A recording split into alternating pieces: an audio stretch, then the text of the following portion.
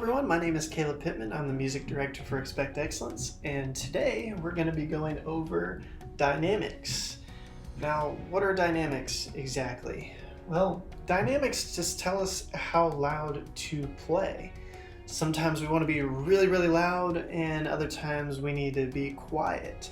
And you'll see that with certain types of songs that everybody's loud together, but there's also instances where maybe your part needs to back off a little bit. Sometimes you listen to a song in a guitar solo and it's really, really loud, it's out front, and everybody else kind of pulls back because that's the emphasis of the song in that moment. But the guitar doesn't need to be blaring the entire song. You need to have dynamics, and that is what creates really good music, is being able to move with the song and not just staying at one point the entire time, because that can get annoying pretty quickly. All right, so you see these symbols on pieces of music and these letters, okay? So the first one here, we have a P. That one stands for piano, okay? Okay, now moving off to this fancy looking F over here.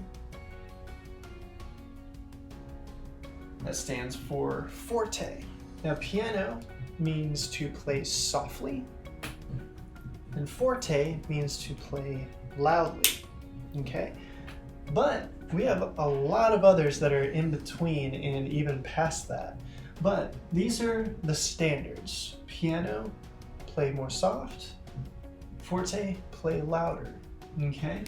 Now let's go in between first. So we have MP and MF. So that M stands for a word called mezzo. It's basically kind of like medium.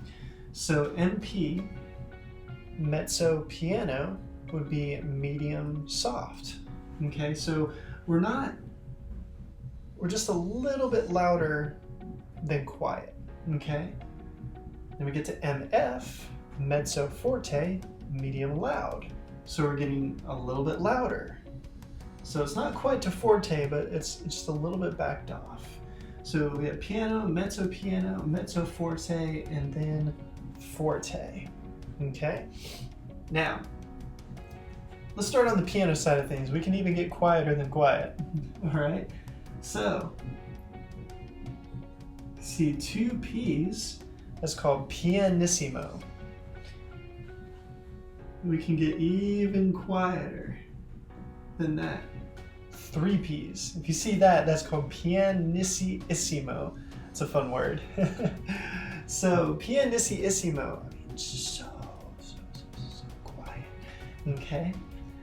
And we go on the other side. You have forte and two F's, that's fortissimo. Three F's, fortissimo, okay? So you have this whole range of soft to loud, you have in between, and then you can get even softer, even louder.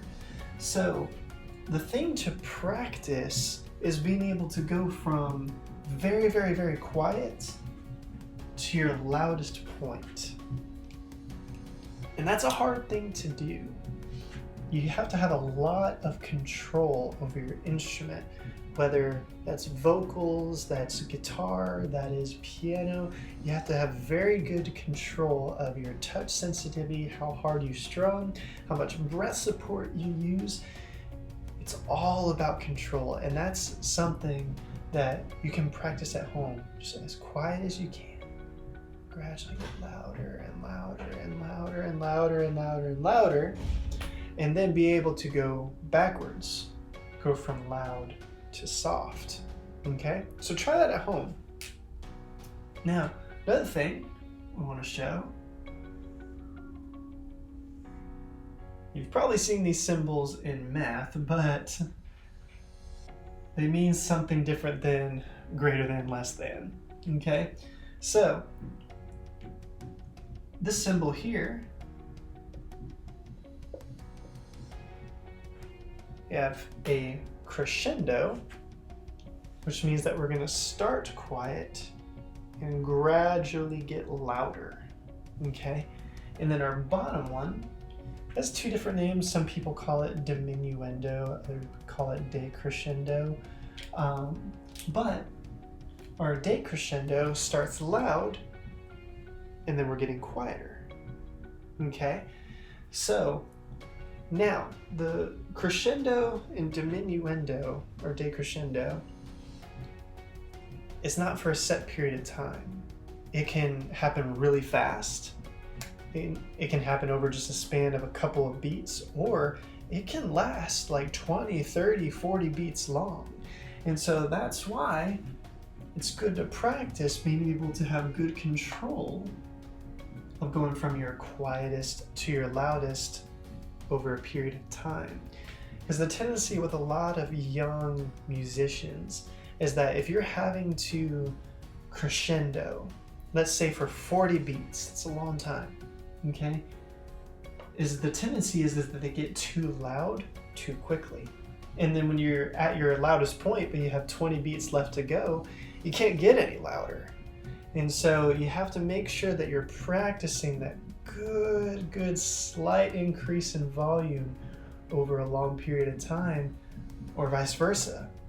Being able to gradually get quieter, because you don't want to get really quiet immediately and then you have a long ways to go. It makes it really awkward for anybody that's listening to your piece.